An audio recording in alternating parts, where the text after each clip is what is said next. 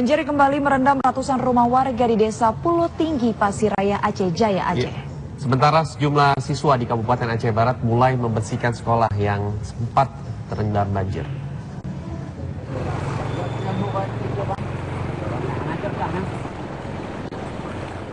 Ratusan rumah warga di Desa Pulau Tinggi, Pasiraya, Aceh Jaya kembali terendam banjir setidaknya dengan ketinggian 40 cm.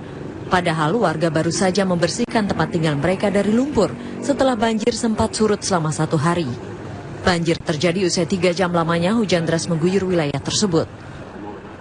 Luapan air sungai Krung Tenom kerap menjadi sumber banjir yang datang dan pergi dalam 1 bulan terakhir.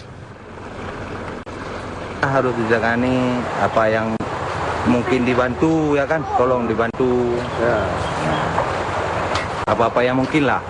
Pokoknya masyarakat di sini udah kayak mana lagi, 1 bulan ini nggak turut airnya. Sebagian warga pun kerap mengungsi ke rumah warga yang lebih tinggi karena tingginya banjir seringkali tak bisa diprediksi.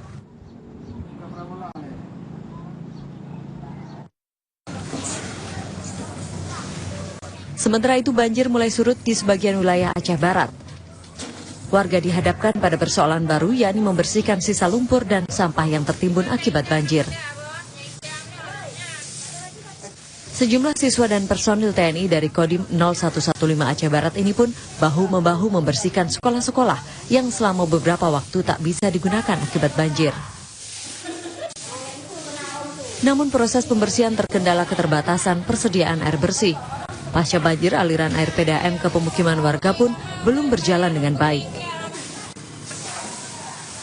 Dari Aceh Jaya dan Aceh Barat, Khaidir Azhar, Sarkawi, TV One mengabarkan.